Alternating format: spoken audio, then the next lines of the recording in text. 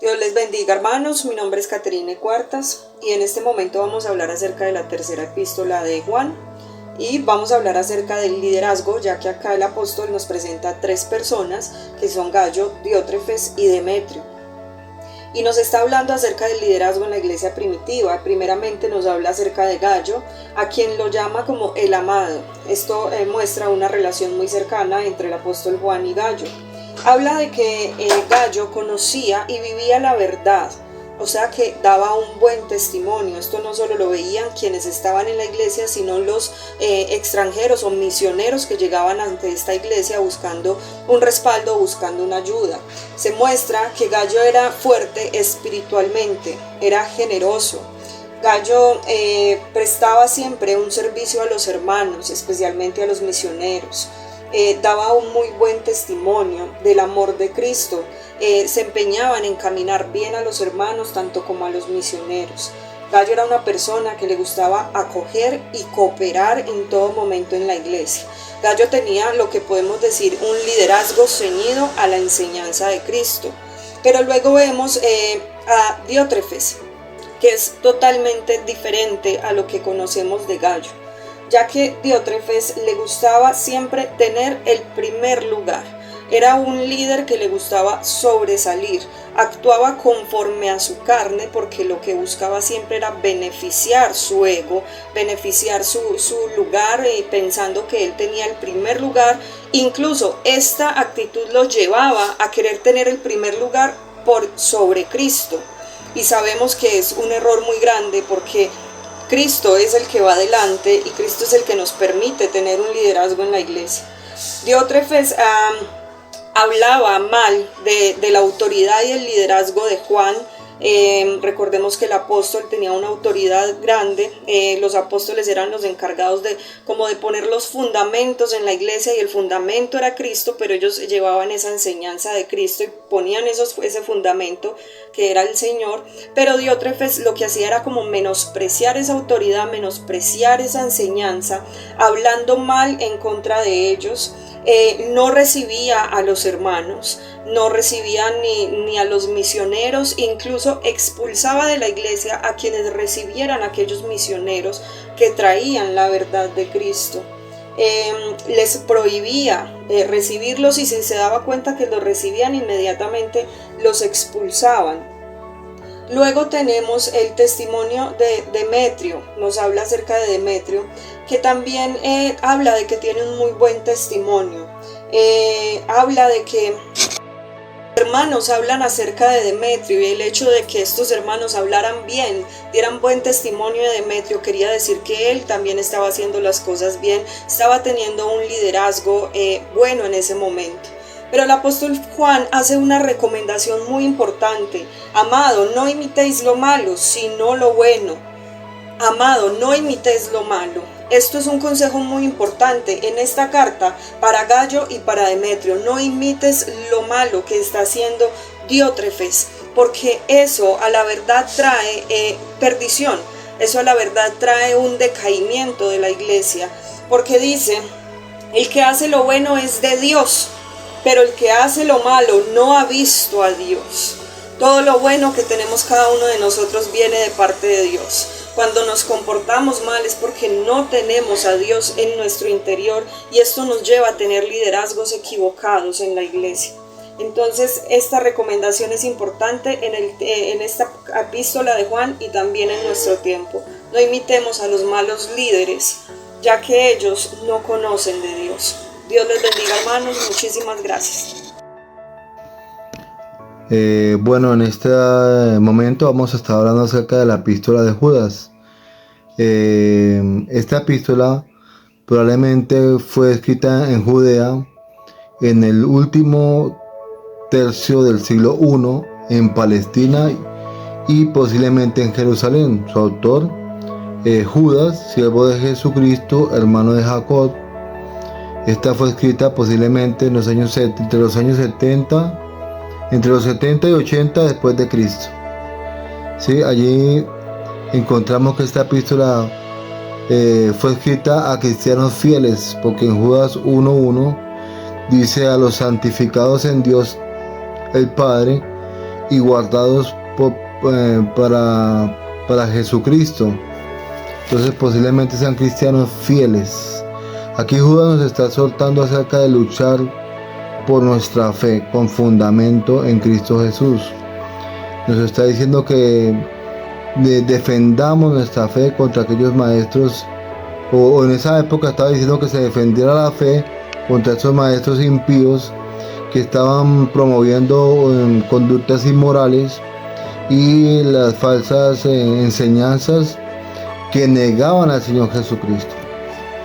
Eso lo encontramos en Judas 1:3. Ahora, ¿cómo desarrolló Judas esa apologética de esa fe fundamentada en la palabra del Señor? Él habló acerca del pueblo de Israel de la época de Moisés. También habló acerca de ángeles que cayeron. También nos habló acerca de Sodoma y Gomorra. También habló de ese encuentro que tuvo, o ese momento que hubo entre el arcángel Miguel y el diablo. Y además de esto habló acerca de los falsos maestros, que siguieron el camino de Caín. Aquí vemos que Judas, o el Señor nos exhorta a través de Judas para este tiempo a fundamentar nuestra vida en la palabra de Dios para poder defender y también para guardar nuestros corazones de esas malas enseñanzas que quieren desviarnos de la buena voluntad de Dios, que es agradable y perfecta. Lo importante que es que como líderes estemos llenos del conocimiento del Señor. Recordemos que la Biblia dice que mi pueblo se perdió por falta de conocimiento. Además de esto, nos exhorta a tener esa valentía para poder defender nuestra fe cristiana, nuestra fe en el Señor, ya que en el camino nos vamos a encontrar con falsos maestros, por así decirlo, que van a querer desviarnos de esa fe en Jesucristo. Dios les bendiga. Le habló Jaime Peña. Bendiciones. Un abrazo, mi nombre es William Alexander Molina Figueredo, estudiante del Instituto Bíblico Wesleyano. En esta ocasión quiero tratar los contextos históricos de la carta tercera de Juan y Judas. En relación a la carta de la tercera carta de Juan, esta carta se centra en la hospitalidad cristiana. Es la tercera vez o la tercera carta que escribe Juan, y a los cristianos que están bajo su cuidado, y habla a los líderes de la iglesia, pero también habla acerca de los líderes que viajaban y llegaban a ciertos lugares, acerca de la hospitalidad, acerca de cómo atenderlos y lo distorsionado que estaba la situación en cuanto a recibir o no recibir los cristianos que venían de viaje. Había cierta división y ciertos impases que se estaban presentando por parte de un hombre. Pero quiero centrarme en que la carta fue escrita alrededor del año 90 o 95 después de Cristo por Juan en Éfeso. En relación a ello, la tercera carta de Juan nos deja ver a nosotros lo importante que eran los apóstoles Jacobo y Juan, lo importante que es el tratar de andar en la verdad, y esto le permitiría demostrar una hospitalidad amorosa. Algo más importante, ser consciente de que los maestros, los líderes y misioneros necesitaban apoyo. Acompañar a los obreros cristianos apoyándolos en sus ministerios, animándolos a que no se fatiguen en su servicio, siendo cuidadosos y no utilizar mal su posición de liderazgo. En síntesis, esta era la actual situación de los líderes a quienes Juan se refería. En relación a ello, Judas, el siguiente libro de la tercera carta de Juan, hay que ver un poco y analizar un poco que este no es Judas Iscariotes. Él, cuando empieza a escribir, dice: soy Judas, y relaciona su nombre con Jacobo. Recordemos que Gálatas nos dice a nosotros que Jacobo, Juan, eran las columnas. Y él aquí se relaciona y dice cuál Judas es él. Entonces no es Judas el Iscariote, sino es el Judas que también se juntó con Jacobo y Juan a hacer columnas de la iglesia. Paralelo a ello, la carta de Judas se centra en algo bien importante. Catapulta el estado de una iglesia en cuestiones de defensa de la fe. Cómo hacer defensa, cómo levantar una voz profética en defensa de la fe. Se dice de que esta carta se escribió en Jerusalén alrededor del año 68 y 69. Y aunque Judas en algún principio había rechazado a Jesús como el Mesías, se convirtió junto a los otros 3 medio hermanos de Jesús, los que le acabo de nombrar. Debido a su cercanía y relación familiar, a que fue testigo de la vida, del ministerio y resurrección de Jesús, Judas siente una pasión ardiente por la salvación que procede de Cristo.